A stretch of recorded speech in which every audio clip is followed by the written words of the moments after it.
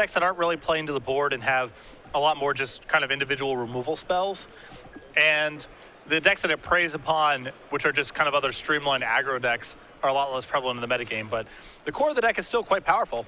Just not quite as good as it was metagame-wise, in my opinion, as it was 7 or 8 months ago. VanMeter starts with an Overgrown Tomb. He's at 18, going to play an Elvish Mystic past the turn back. Jessup is going to reveal his deck very quickly. Island plus Judge's Familiar means only one thing. Chris going to play a Sylvan Caryatid, only one land in his hand. You see a copy of Pulachronos. There's a Rampager hiding out there as well. Jessup is going to start by attacking for 1. VanMeter is going to go down to 17. Jessup does have an island. This is a Tide Binder Mage. Down goes Elvish Mystic, and Mutavault is the card drawn here for CVM. And how good is Tide Binder Mage in this spot with Chris missing his second land drop and all? As good as it gets. Yeah. Mutavault is the land that Chris will play. Gonna tap some mana, gonna play an Elvish Mystic. Follow it up with a Scavenging Ooze, so still a pretty good start here for Chris. And as you mentioned, this is the kind of draw from Chris and the kind of matchup where Pulachronos is just at its best. Jessup with the Mutavault in his hand for his third land. Looks like he also has a copy of Thassa to play here, so it looks like a pretty good hand here from Jessup. Again, Mono Blue Devotion, a deck that has trended downward in a big way, given the success that it has had over the past, I'd say, 6 months. Just hasn't really been putting up those big numbers recently. But this could be a tournament for it to do really well. With Jund Monsters being a top deck, Mono Blue Devotion, I feel personally, has a pretty good matchup against Jund Monsters. There's, especially with these decks moving to Abrupt Decay, your Master Ways is a little more stable than it was in some of the post-board games before. Also, they have cards like Main Deck Rakdos' return for trying to prepare for mirror matches and control decks in the mid-range format that we're moving into. This could be a prime weekend for Mono Blue Devotion, as VanMeter is going to take a draw here. I feel like in all of Standard, there's no deck that's the clear-cut best thing to be doing, and a lot of it is just metagame sensitivity. Are you picking the right moment to break out the deck? Sure. Is your 59th and 60th card the correct one for the opponents you're expecting to play against? Doesn't feel like there's a clear-cut best thing to be doing. VanMeter picked up another copy of Mutavault. As powerful as that card is, one thing it doesn't do is tap for colored mana. Now, Sylvan Caryatid, he'll be relying on in a big way here, and you see Chris is going to take his time, figure out the best line of play. He does have 2 copies of Pulachronos in his hand. He also has a Gorkland Rampager as well. See what he wants to deploy, see how he wants to go about trying to win this game. He may be just determining whether or not he wants to offer up the Scavenging Ooze for the Tide Binder page. Because otherwise, his turn's fairly straightforward. He's just going to be casting his Pulachronos, I feel like. This could certainly get a little bit interesting. You know, he could also, potentially attack with the Elvish Mystic as well to try to induce. And then Rampager there. Is that the best line of play? His play could also be, for example, play my Mutavault, activate my Mutavault, get in with the Mystic, the Ooze and the Mutavault, and dare you to block. It definitely is interesting, I think. He has a couple different paths it's worth considering, but I think this line of play is the best one afforded to Chris. I think this is the most clear-cut one, that's for sure. Gives him the most blockers and gets Pulachronos in play, most importantly. Jessup's going to take a look at the top card here. It's scry time for Thassa. Jessup looking at a copy of Rapid Hybridization in his hand as well. You have to imagine that's going to play a pretty big role in this game. It's the spells that kind of catch people off guard from Mono Blue Devotion. And again, they don't have a lot of copies of, that effect in Rapid Hybridization. Some people play Cyclonic Rift, but it's not like they're playing 4 Rifts. You're going to play around them a bunch. There's only 1 in Jessup's deck list. The deck can't afford to play that many spells, of course, because it's just trying to add permanence to the board and add to its devotion count. Yeah. So it can only afford a few, but they are high impact because the deck generates so much tempo from its creatures. The spells Jessup does have this particular weekend: 2 copies of Bind the Thassa, 3 copies of Rapid Hybridization, a Cyclonic Rift, and a Hall of Triumph. He's going to play a Cloudfin Raptor to start things off here. That'll be the 5th devotion necessary for the Thassa. So the God of the Sea is on, and it looks like it wants to attack. Looks like Judge's Familiar will come in as well. If VanMeter have any interest in blocking, we will see. You see Jessup's hand right now is that copy of Rapid Hybridization along with a Bident of Thassa. And Chris turning down an opportunity to chump block there. And that's a meaningful line of play against Mono Blue Devotion. Because Thassa, of course, has the unblockable power, you often have to preemptively chump block because you may not get spots to do it down the line. Yeah. And VanMeter going to draw his card for the turn. Again, you see those copies of Mutavault. You see the Rakdos return picked up right now. A new addition to his deck. This is not the matchup for that card, though. Certainly not the situation. It feels roughly as good as Gore Clan Rampager would be. They're close in this spot. In this spot, they are close. It's not clear that one's better than the other. I probably would rather draw a Rampager here, given the way the game is shaping up and you have a Scavenging Ooze in play, but... And that annoying Judge's Familiar. Oh, yeah. Curse you. Now, what's interesting here is I think Jessup is setting up. You mentioned the no chump block there from Chris with the Caryatid, which, kind of makes sense. Or the Polakranos as well. The Caryatid providing red mana. Polakranos is a 5/5, has a lot of utility in this particular matchup. You think about Jessup being able to get that damage through, the 5 with the Thassa. VanMeter is at a very round 10. And what Jessup might be able to do on the very next turn, at the end of VanMeter's turn, is Rapid Hybridization as Thassa, make a 3/3, evolve the Cloudfin Raptor, and with the unblockability, be able to maybe just get the job done right away.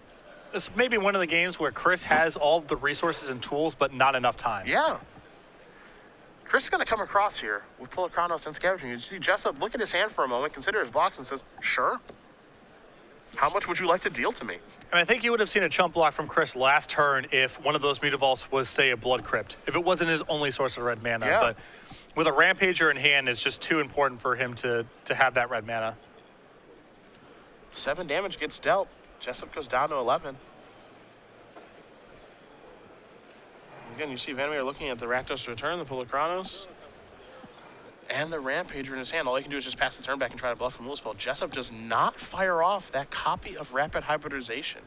Well, I think right now they're doing the dance here where Dan does not want to use it until Chris fights, and Chris doesn't want to fight until the last possible second. Yeah. Tidebinder Mage. That's going to come in. It goes without saying how powerful that card is in this matchup. Oh, yeah. You're going to have an Evolve trigger on the stack. And we'll also see what Jessup wants to target with the Tidebinder Mage, assuming that this does resolve. Looks like VanMeter may have a response here, or at least trying to bluff a response. Well, this might be the spot if he's going to fight, if Cloudfin Raptor is part of how he wants to distribute. Because, for example, he can fight the Judge's Familiar and the Raptor right now. So this might be the spot where he wants to pull the trigger. Decisions for number 1 on our Season 2 leaderboard here on the Open Series. This, on the stack, it looks like. Of course, VanMeter, no removal spells, so. See Jessup going to hand that over to the judge. Might be a little bit of question as to exactly how this card works. Does it have to target? All that good stuff. Evolution trigger. Yeah, he has to announce the target with the evolution on the stack, so Chris knows what's being hit here. Jessup looks like he may be going after the Scavenging Ooze, but again, weighing his decision very heavily. Very, very important part of the game here for Danny.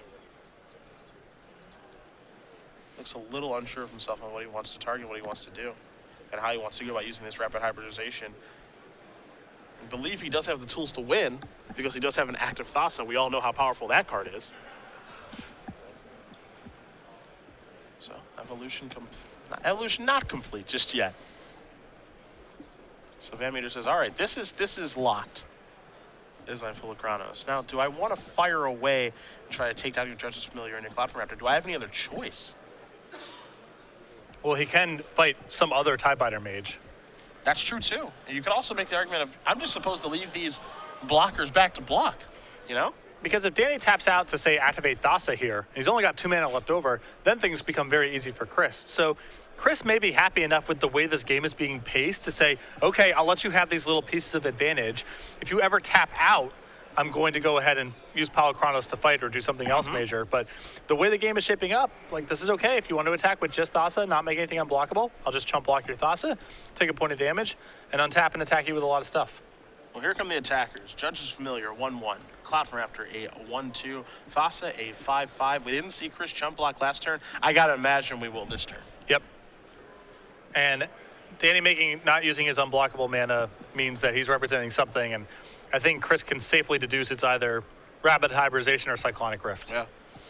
And both players have been dancing around this for several turns, but I think Danny knows that Chris knows, and Chris knows that Danny has it. Yeah, that's the fun part here. So we're kind of here looking over the match, and it's like, oh, it's pretty clear. These players have these cards in hand, and what are we even thinking about here? But when you think of Mono Blue, again, they have a small number of spells in their deck, but they have spells that you definitely have to play around because those cards are very high impact. And the same can be said for Jessup playing into Jund Monsters. Yeah, this deck doesn't have a lot of instant speed removal, but how does an Abrupt Decay have an effect on this game? It has a huge one. Yes. he has to be worried about losing his devotion count at instant speed at a moment's notice, because if he ever loses a Thassa attack in this whole sequence, the race is probably irreversibly damaged. It's a disaster. Yeah, he can't win anymore. So you see all this jockeying position, and now Chris, I think, is deciding, okay, what am I supposed to chump block with? Am I supposed to chump block at all? Can I afford to? It looks like he's taking all of the damage, which seems a little bit risky. Bullet Kronos is going to go active now. Looks like my assumptions are probably try to take down the Time Biter Mage that locked it down. Rapidization is going to give Chris a 3-3. Now, why is that important? He does get a 3-3. Now, Scavenging Ooze can get a little bit bigger. You can gain a little bit of life. You know, all of these things end up mattering quite a bit here. Can Chris actually kill him on the attack? I'm not entirely sure that's the case, but can he stay alive? That might be true.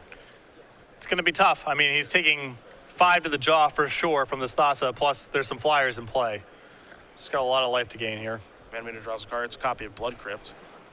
Now, Blood Crypt may change things a little bit, as it allows him to both cast Rakdos Return and Blood Rush the Rampager. He now has a second source of red mana. And he goes from 3 to 1, not 2 to 0. And now he knows as well, he doesn't have to worry about any spells, because the only thing that's available is Mutavault, and then the 2 Tidebinder Mages. So he can probably, figure out what he needs to do. The question is, can he get the job done? I am surprised last turn that Chris did not throw out a chump block with the Elvish Mystic and then activate Palakronos. It felt, saving the 5 damage there seems really important to me. He may not get a chance to do it next turn because he can't keep Danny off of Devotion or block the Thassa, of course. Danny can just make Thassa unblockable.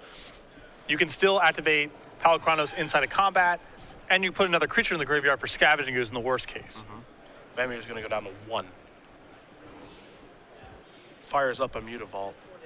It looks like it might be time to attack here. And now the really interesting thing is that Rakdos Return, it being Rakdos Return, not the 4th Gorkline Rampager, is that coming back to hurt him? That would be perfect. If that was another copy of Gorkline Rampager instead of their Rakdos Return, we'd be able to do a little double Blood Rush action. Because if the second copy of Palakronos in his hand was a Rakdos Return, that would be fine. In fact, it's better in this spot. Sure.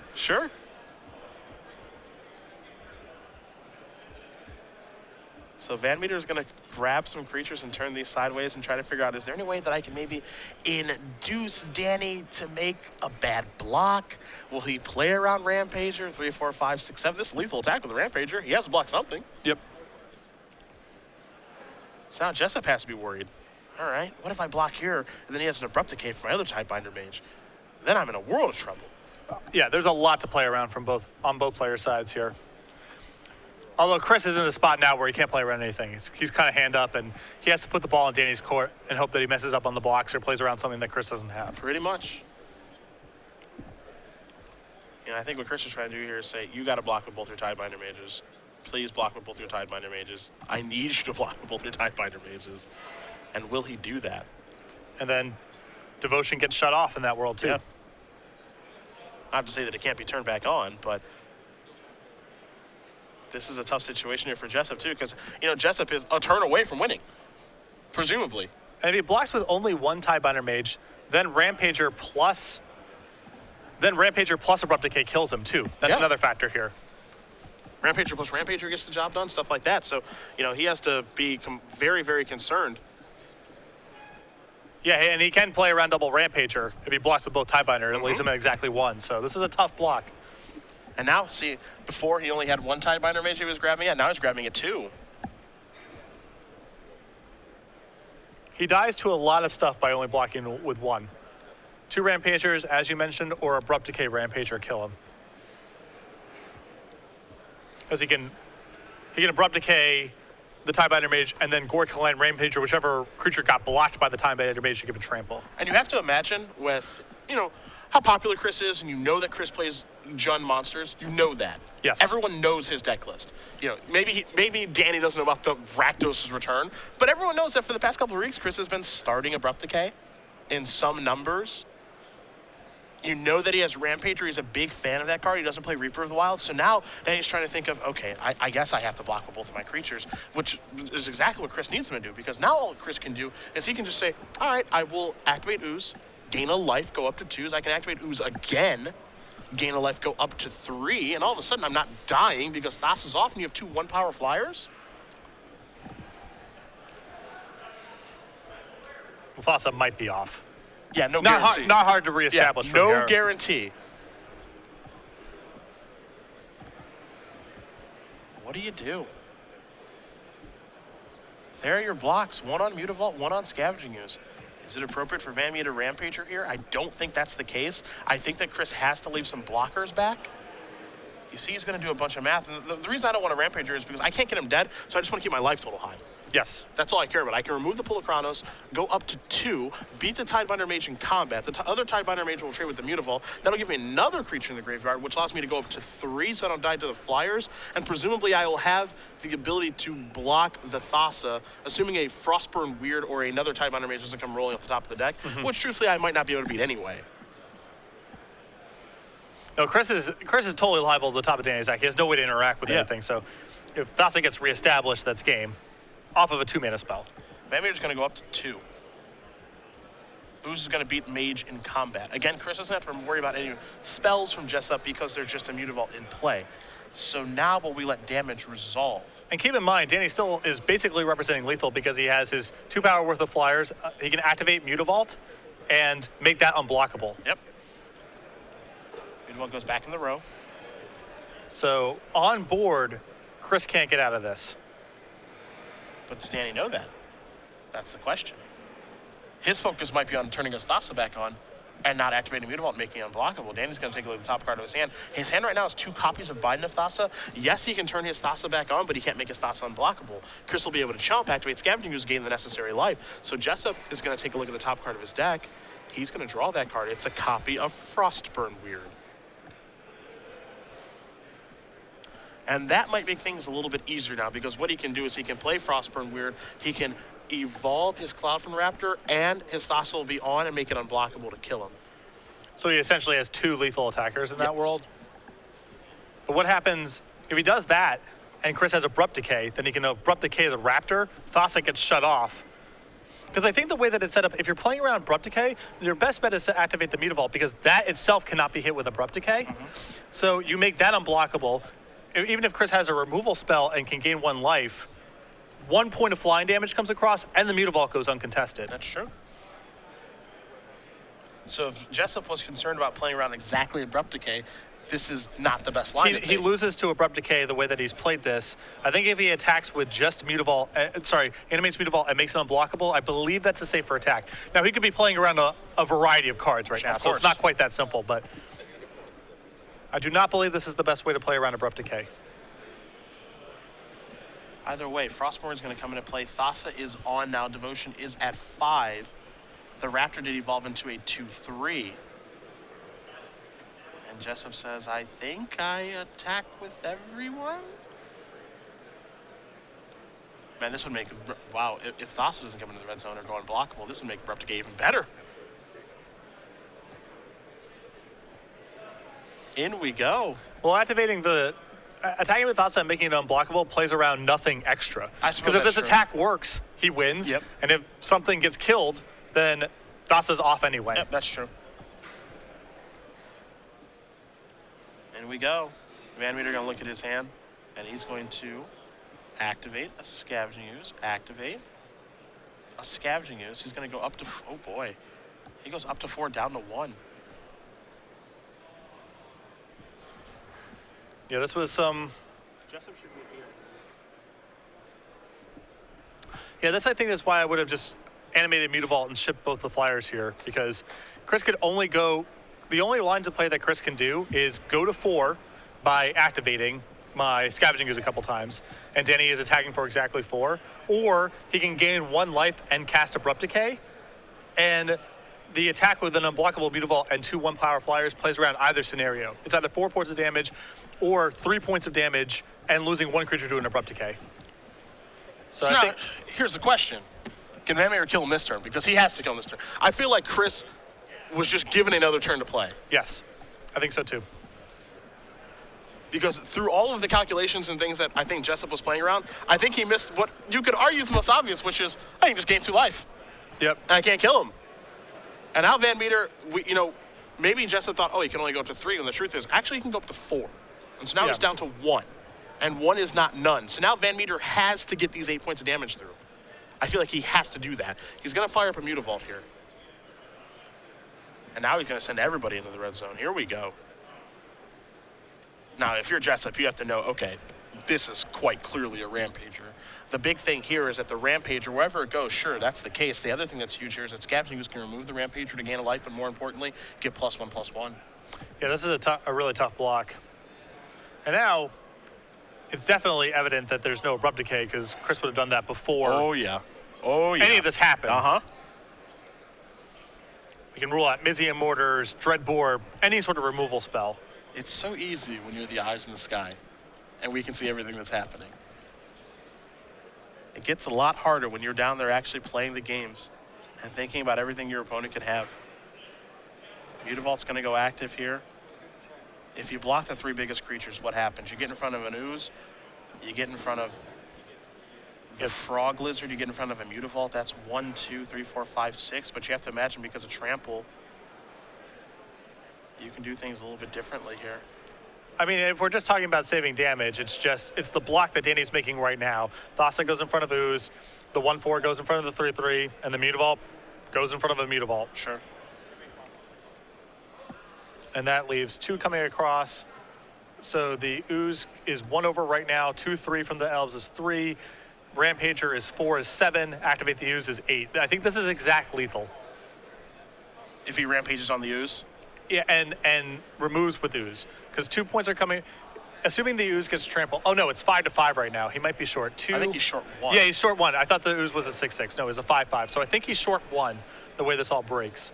Because if we +4/+4 the Ooze, it becomes a 9, remove it, it becomes a 10. 10 minus 5 is 5, 6, 7. Yep. If we do it on the Frostburn Weird, it becomes a 3, or excuse me, on the Frog Lizard, 3 becomes a 7. 7 minus 4 is 3, 4, 5. The most efficient thing for him to give trample to has to be, right now, the Scavenging Ooze, because everything is even power to even toughness or worse, and the Ooze can continue to pump. Sure. So Scavenging Ooze is the best target for the Rampager.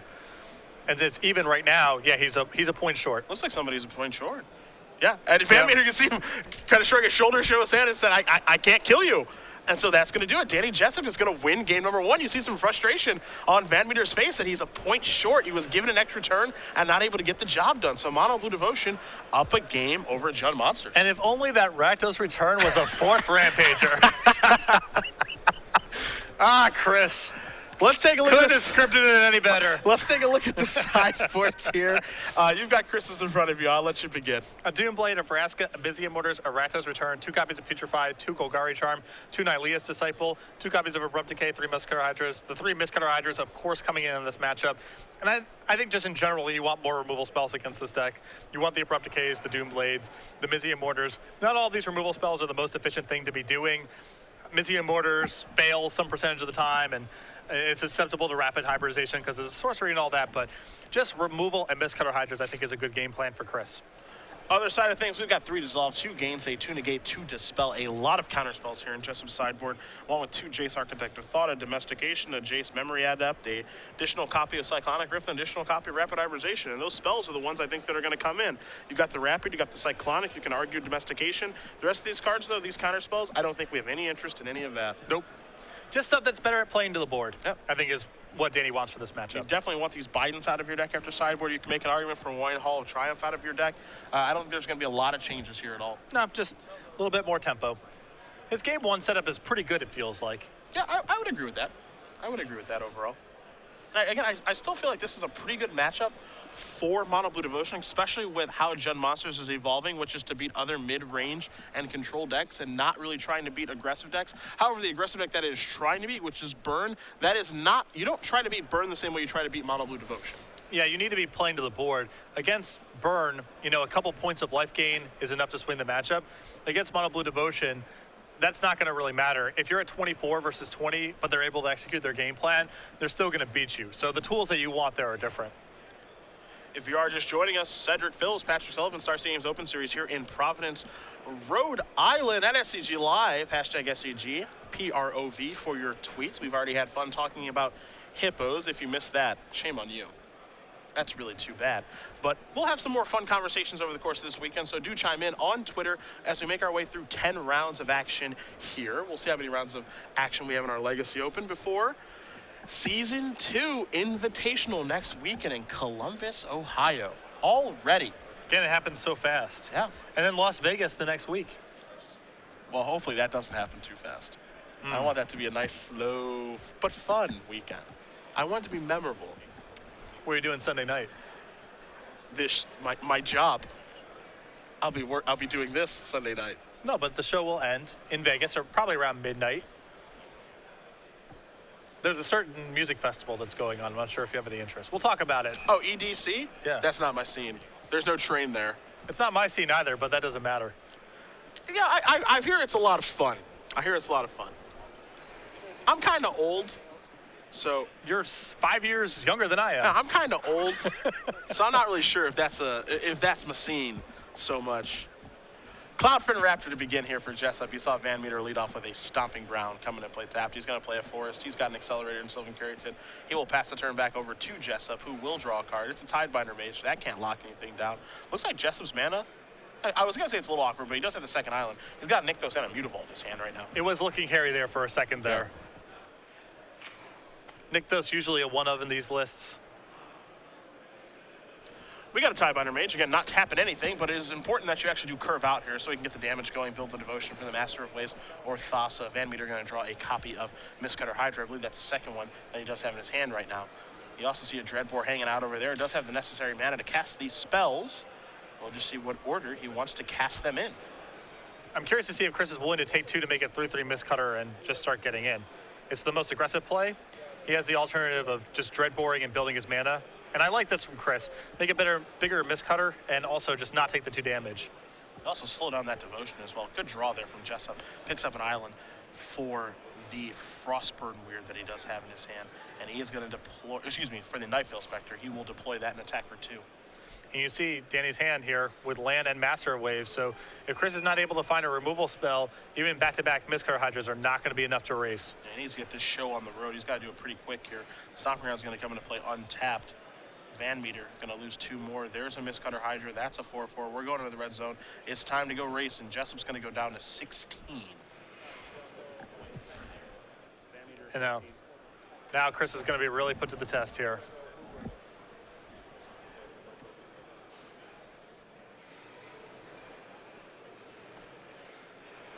And this Nykthos is net mana right now, so Danny can actually play Judge's Familiar as well.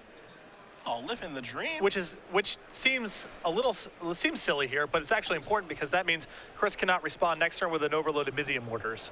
So the Judge's Familiar does provide an appreciable amount of insurance. Start by attacking. In for 4. Trigger. Give me a Forest. Nightveil Spectre says. Jessup already played his land for the turn to Nykthos. The Nykthos is much more important anyway. This is 4 mana.